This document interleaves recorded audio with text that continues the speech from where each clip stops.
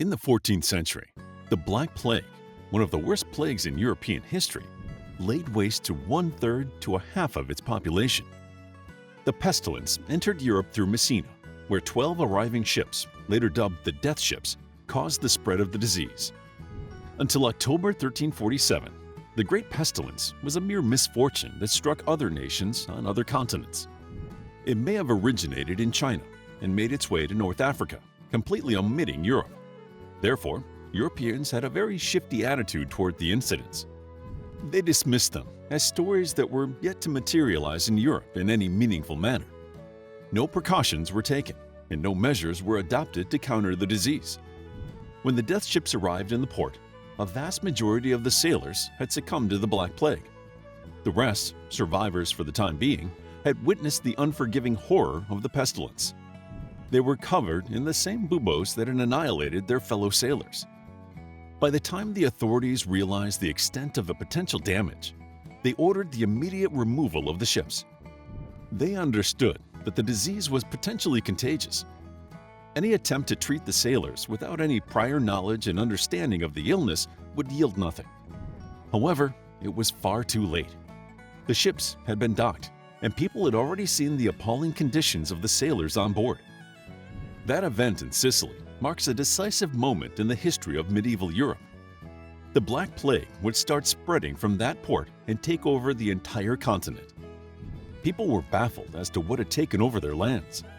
Pus and blood-filled wounds, incessant coughing, vomiting, and diarrhea became common sights across the continent.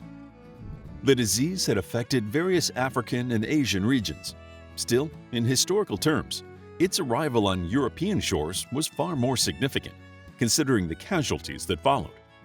Within just a few years, the European population would be reduced by one-third, with some scholars saying it was cut in half. Even if the ships at Messina had been quarantined, the plague would have likely reached Europe sooner or later anyway. It was inevitable. Trade constantly moved products from one end of the known world to the other. The population had grown, and people were tightly packed into the cities. After causing death and destruction for some years, the plague would go away only to return time and time again. However, the Europeans had learned their lesson and had devised a few methods to combat the catastrophe, like quarantines. The Black Plague ravaged the European land like no other plague before or since. But what if someone told you that there was a silver lining to all of this? With one-third to half of the population dead, how could there possibly be a silver lining, you may ask? For starters, almost all European conflicts came to a screeching halt.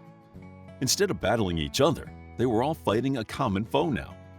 Of course, some people exploited the situation for personal gain, but no overwhelming wars plagued the continent any longer.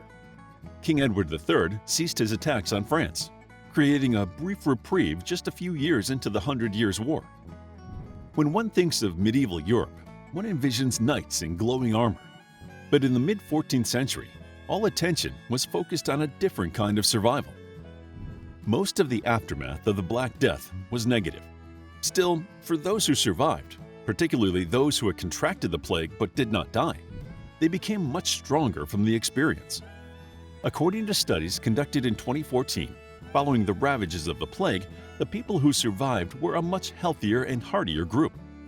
As horrific as the disease was, it can serve as proof of survival of the fittest, as the population of Europe that was old or infirm did not survive. Of course, the disease killed many healthy people, but not all. This helped provide some immunity for future waves of the disease. As the death toll for the future waves was reduced, and far fewer victims contracted the Black Death, the lifespan for most of the remaining Europeans was longer than before the plague struck. The 2014 study focused on the bones of people in London cemeteries. According to their analysis of the human remains, only about 10% of the population would survive to their 70th birthday before the plague. Following the ravages of the Black Death, that percentage began to go up, nearly doubling over the next century or two. Scientists speculate that the people who died because of the plague could have had genetic deficiencies that would have shortened their lifespans. The deficiencies could have ranged from immune systems that were not as strong as those who managed to survive the disease, to heart conditions that made some people less capable of fighting off the disease. Genetics was entirely unknown in those days, so the illness would have seemed entirely random. But it could have acted as a way of removing many of those who would have had a shorter lifespan normally. The people who survived may have had much stronger genetic makeups that were then passed on to their children, all the way to modern-day Europe. Another important impact of the plague was the turnaround in socioeconomic standings. The plague did not distinguish the king from the serf, but since the population of serfs was much larger than the nobility, it makes sense that they died in larger numbers. Before the plague, Europe was overpopulated, and feudalism was the norm. With a shortage of labor, the lack of upward mobility had to go. Like a snake shedding its skin, exploitation had to give way to an understanding and acknowledgement of the lower classes. The serfs were now a rarer asset, and everyone depended on them to provide food for the population. Therefore, the serfs could negotiate better rates and working conditions. The nobility did not like this challenge to their status quo, so they opted for different ways to humiliate the peasants. One of these was the increased extravaganza of the upper echelons of European society. Fashion became increasingly luxurious to create a visible gap between the two segments of society. This prompted an uprising in France in 1358.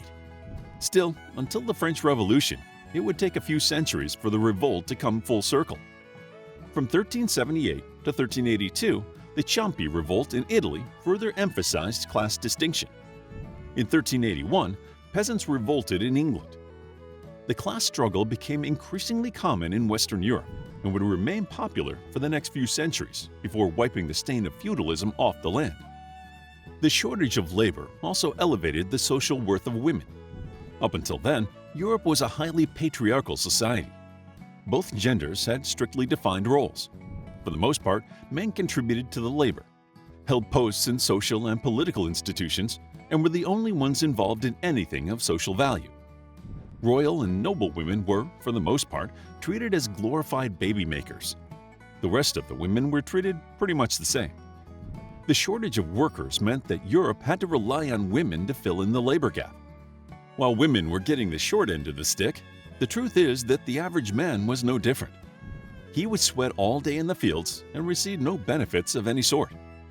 It was a sort of hand-to-mouth existence without any saving grace. The plague was as much a physical strain as it was mental. When people noticed the value of practicality over superstition, they gravitated towards a logical and methodical approach to life. However, this did not happen overnight. In the face of total uncertainty, they turned to superstition. The Catholic Church could not provide any consolation in the difficult time and, as such, lost the support of the people. Since priests were just as helpless in front of the plague as the common man, the distrust of the Church kept growing. The clergy even fled from the more infected areas, further tarnishing the Church's image. As the authority of the Church nosedived, it became the object of people's hatred. Coupled with the class struggle, people started seeing the Church for what it was, an authoritarian institute. It would take almost a couple of centuries before Martin Luther's Reformation would materialize this realization in concrete terms. The loss of one religion meant the persecution of another. Jews in Europe faced intense scrutiny. As people could not rationalize the catastrophe, they attributed it to Jewish sorcery. Jews occupied portions of power in Europe and were usually wealthier than the average Christian. This distinction had fueled the jealousy for quite some time, and when the opportunity arose, their mistrust and suspicion turned into outright resentment. In France, Germany, and Austria, Jewish communities were annihilated. Romani, lepers, and other minority groups were also persecuted. There was also a steady rise in the burn the witch phenomena. With an increase in discrimination, there was an uptick in migrations. Some escaped to other countries to avoid oppression. Others moved to the countryside to find some solace from the pestilence. Rationale was not completely done away with. It enjoyed a noble resurgence in all avenues of life. People realized that quarantines and other procedures worked better than prayers and whims. With the advent of reason, Europeans began treating medical knowledge and practice differently. The cures of quack doctors, just like the prayers of the priest, did not affect people's lives. What distinguished the dead from the alive was a mystery. Deaths were completely random, and so were the recoveries. The discipline of medicine evolved quickly as a result. Surgeons and theoreticians began testing their ideas before executing them on live patients. Hospitals underwent a radical change. Instead of being hospices that were used to isolate the sick, they were now turning into institutes of research. All of these changes were manifested in visible terms as well. The entire episode dramatically shifted the direction of medieval art and architecture. Morbid images of death and sickness became common. Literature tells a similar story. Boccaccio's Decameron has earned him considerable fame and renown over the centuries. Edgar Allan Poe's short story, The Masquerade of the Red Death, apparently influenced by Boccaccio, starts similarly to the Italian's work. No pestilence had ever been so fatal or so hideous.